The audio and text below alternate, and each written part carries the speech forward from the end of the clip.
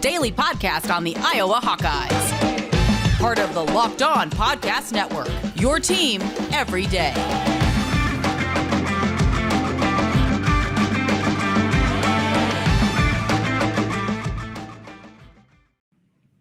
Welcome back, Hawkeye Nation, to a Friday morning episode of the Locked On Hawkeyes podcast, your daily podcast covering your Iowa Hawkeyes on the Locked On Podcast Network.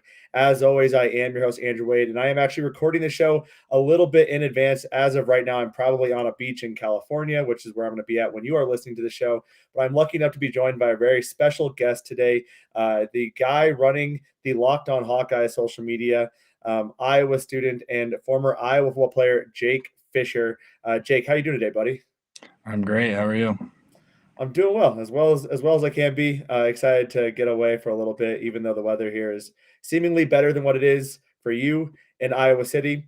We're going to be talking a little bit about spring ball, though. You had the opportunity to go through spring ball last year. We're going to talk about that. A lot of people don't know exactly what goes into spring ball, right? They see the games, they hear a little bit about summer practice. They don't hear much about spring ball outside of the spring game that everyone has an opportunity to see. So I wanted to bring you on to get a chance to understand what all goes into that. Before we get to that, though, I want to thank you all for making the Locked On Hawkeyes podcast your first listen every single day. You can find the Locked On Hawkeyes podcast for free wherever you get podcast at, and also on YouTube by searching Locked On Hawkeyes. And if you didn't get it by my intro, this was recorded in advance. So the Wisconsin game, hopefully Iowa won, but we are not going to be recapping that because it is in the future at this point. I'll be talking about that on Monday's show.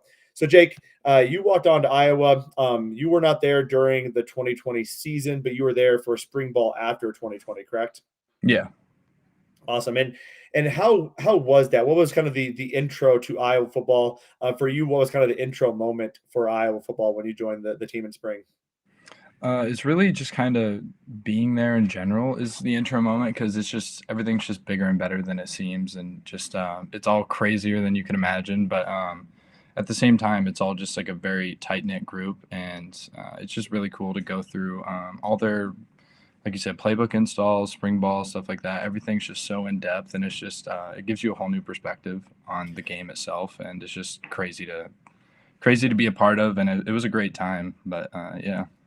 That's awesome. So when you joined, obviously you didn't go through the season of 2020, but were you still a part and around the team? Like, how did that work out before you got into spring ball? So I was supposed to be on the team in 2020, but I had shoulder surgery in July 2020.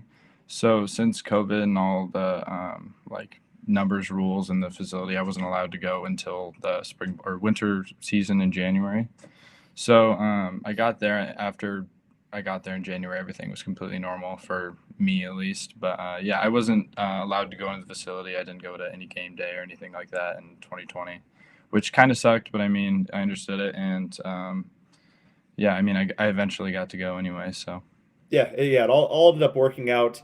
What was the mood like for the team? Because after the 2020 season, the team had finished on a 6-game winning streak, didn't get a bowl game.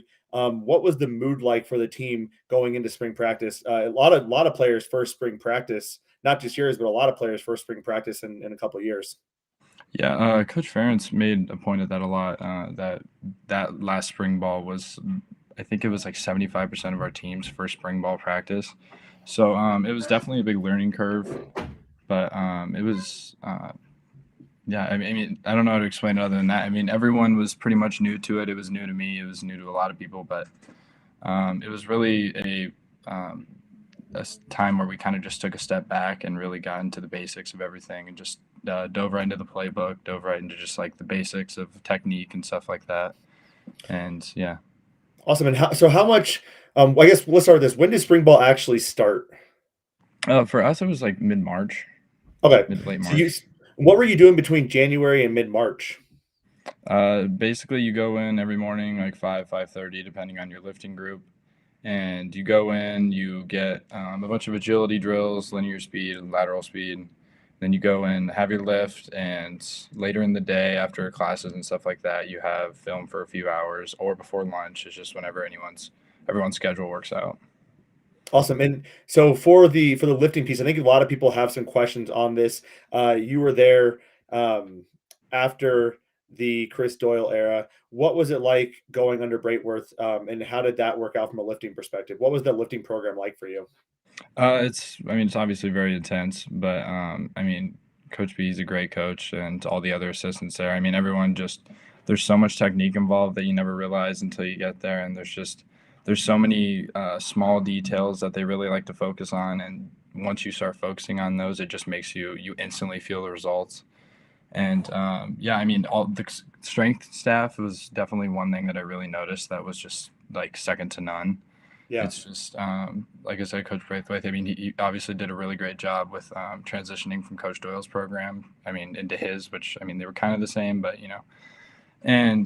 but I mean it's just a crazy good program, and if you buy into it, the development is going to come for sure. Yeah. So, speaking from my very uneducated lifting perspective, I didn't really lift until about 4 years ago. I don't know how I even got to this point at that point, but anyways, I started lifting, and I didn't even know how to deadlift. Right, like there was just a lot of things I didn't realize. You obviously had been in the weight room before. What is one thing that specifically stuck out to you as holy crap, I've been doing this wrong, or holy crap, if I do this one thing, it really changes the impact of that lift?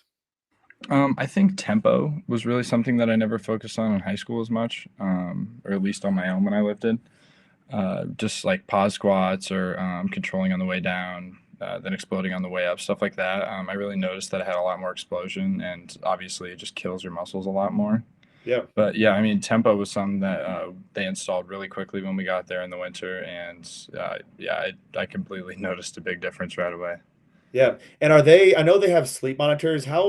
How much are they controlling the sleep monitors or monitoring the sleep monitors, and how big of an impact is that on your performance as well? Yeah, so we get like they're like little sleep bands, so like a Fitbit type thing, and you're required to wear it when you go to bed, and it basically just like tracks when your heart rate goes down, and it's like when you're motionless, pretty much. And then when you wake up in the morning, you have to go into an app and sync it and stuff like that. But I mean, they check every single day, and if you get like subpar sleep or you didn't sync your sleep band, they'll let you know, and they'll text you or they'll talk to you in the weight room. And I mean, yeah, it's a huge part. They really like to make sure that you're well rested and that your body's able to perform as high as it can. Yeah. Were there any off days? I'm assuming like Sunday or something was like an off day where you didn't have to go into the weight room, or was it every single day while in the middle of that? When I was there, it was Sunday was definitely an off day, and Saturday sometimes. But Okay. I mean, the schedule changes throughout the year for sure. But Yeah. like I know in the season they have Thursdays and Sundays off, and it changes. But when I was there, it was like Sundays and Saturdays. Awesome. And who was all in your group for weightlifting? Was there a We lot of changed people? we changed a few times. My roommate right now, actually, Gavin Cook, was one of my original lifting partners. I lifted with Arlen Bruce, Keegan Johnson, just a bunch of those guys that kind of came in at the same time as me, the winter enrollees. So.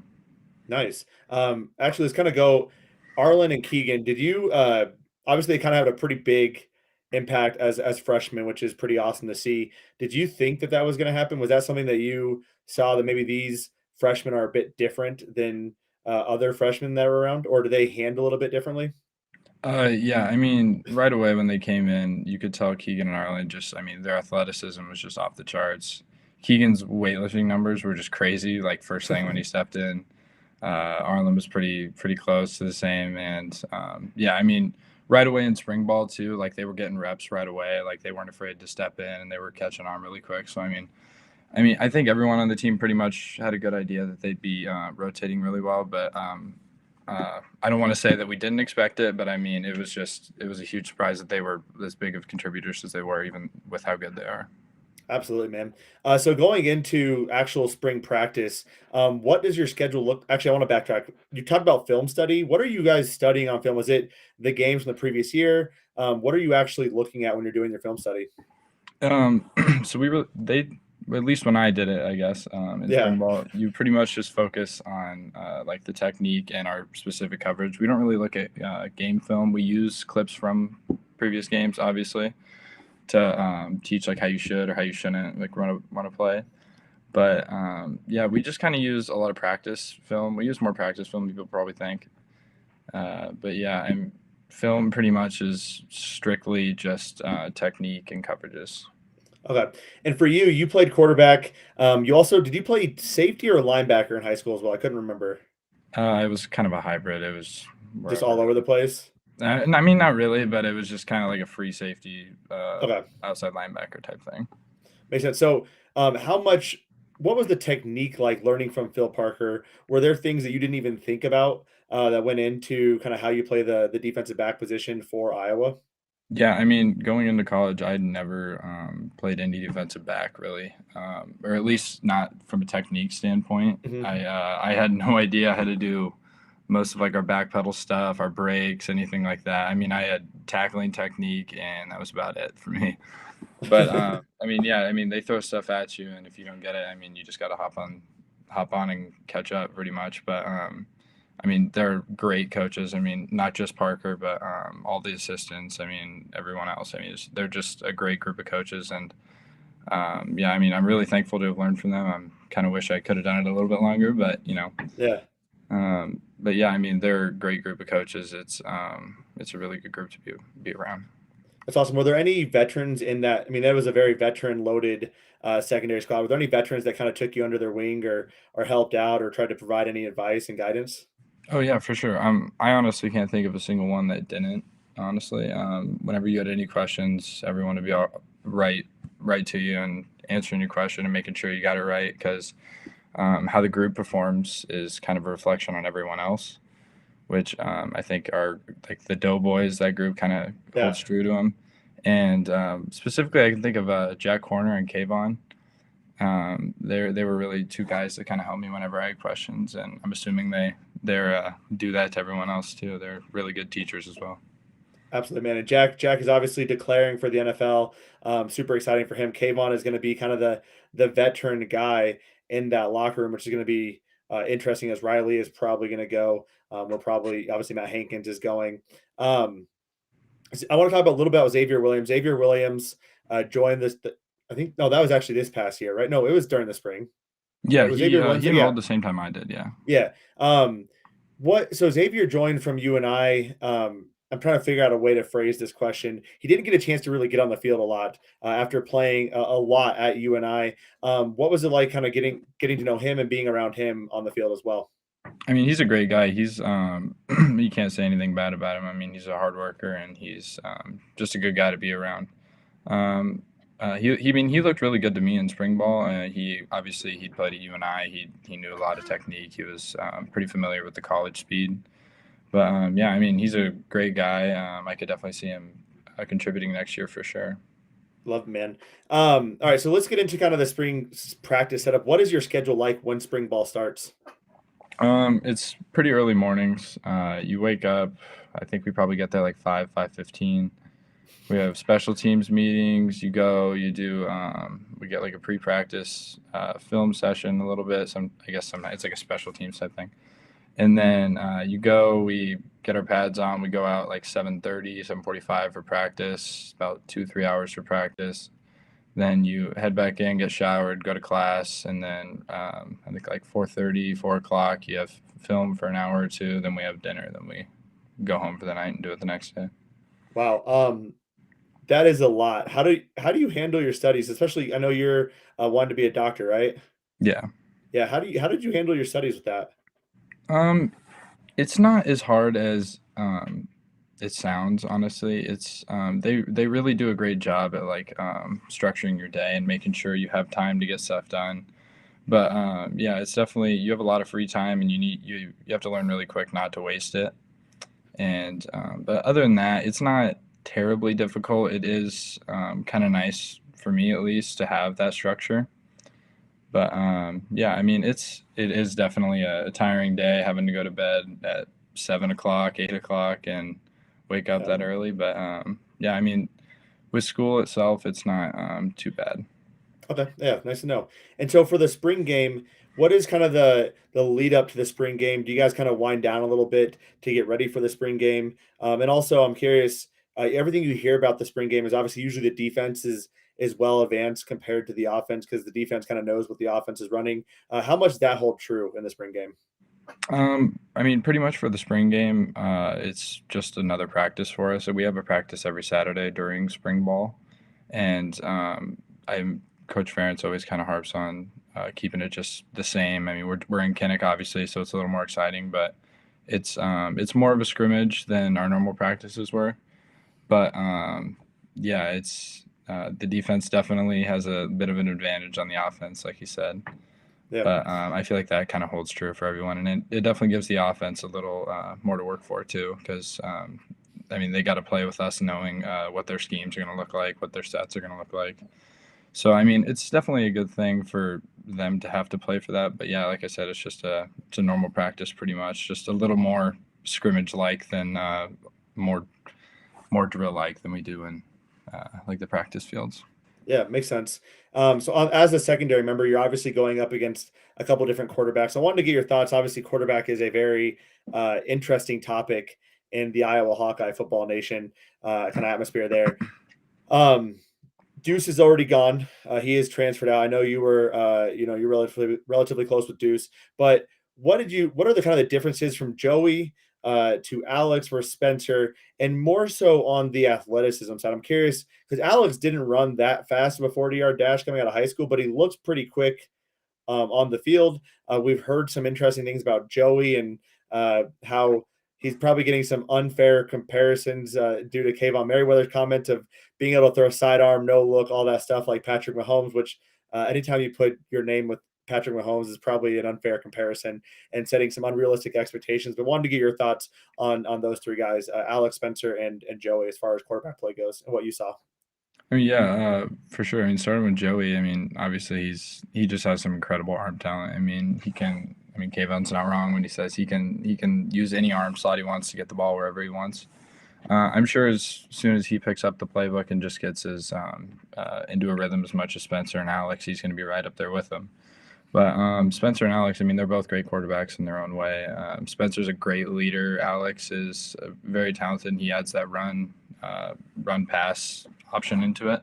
Mm-hmm. And I mean, I really don't think, I think people harp on him a little too much because our offense is a very difficult offense for a quarterback.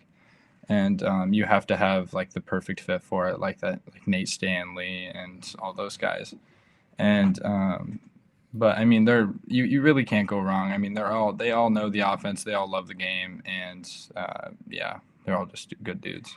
Yeah, I thought it was interesting. I guess I didn't realize how much responsibility is placed on the quarterback in that offense to basically be the coach on the field, making all the checks, switching out of pass plays into run plays and all that. I guess I didn't realize how much goes on to the quarterback, and especially after Alex made some comments saying it takes a year to a year and a half to learn the offense. I thought that was pretty telling in regards to how complex the offense can be. I'm curious, did you have to tackle any of the running backs? I tried, but which one was the hardest to tackle? I've said this for a while. I think Leshon Williams, and he showed that in the Kentucky game. The guy just rolls people over. He just keeps such a good low center of gravity, and I mean, he just runs tough, and he doesn't care who's in his way.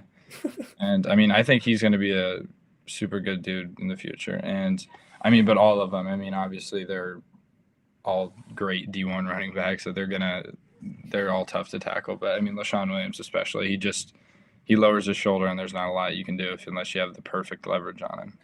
Yeah, because I think coming into the game against Kentucky, I kind of thought everything I heard was that Gavin was kind of more of the power back. Leshon was more of a speed back. And Gavin played really well in that game too, but it felt like Leshon hit that hole, and if there was someone in you, he was just going to run you over. He just lowered his shoulder and said, yep, we're going to go for another 3 yards. Judging from a speed perspective, rank these guys 1 through 3, Tyler, Leshon, Gavin, in terms of speed. Oh God. I'd have to say Tyler first.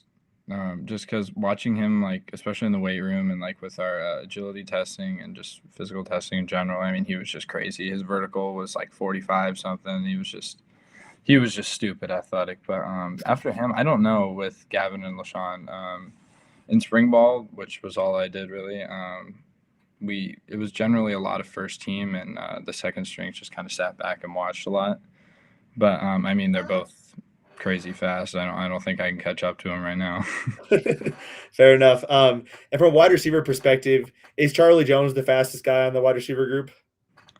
Um, it'd be him or Keegan for sure. Okay. Makes Yeah. sense. I'm assuming Arlen's probably one of the quicker ones from an agility perspective. Oh, yeah, I mean, yeah. If you don't have your right leverage on Arlen and he makes a break, he's already 10 feet past you. It's crazy. I love, man. Last question about speed, because it's always kind of a fun topic. Was Riley Moss the fastest guy in the secondary room? Oh yeah. just It not even was a competition. it was ridiculous. Yeah, it was. We do all sorts of speed drills, and I mean every single one he'd just be off the charts with, and it was impressive. And I hurdled against him in high school, and even like I knew he was going to be fast coming into college, but I forgot how fast he was. It was impressive for sure. So how crazy is it playing without a PCL? Like, have Yeah. you? I mean, I've never torn a piece. I don't know what that means, but uh, all of a sudden he's like, I'm 100% healthy. I'm like, how did you do this? And how are you playing with a brace on and doing that? Um, have you ever dealt with anyone who had an injury like that? Like, is that even a normal thing to be able to play on? It seems so weird to me. I mean PCL is a lot more or a lot less common than an ACL tear, obviously. But it is just kind of an interior stabilizing ligament in the knee. So with that brace, I mean, he probably was fine, but it definitely was probably hurting him. But yeah, I mean, that is crazy impressive to play through any injury like that, especially like a complete tear Yeah. of any Yeah, sort.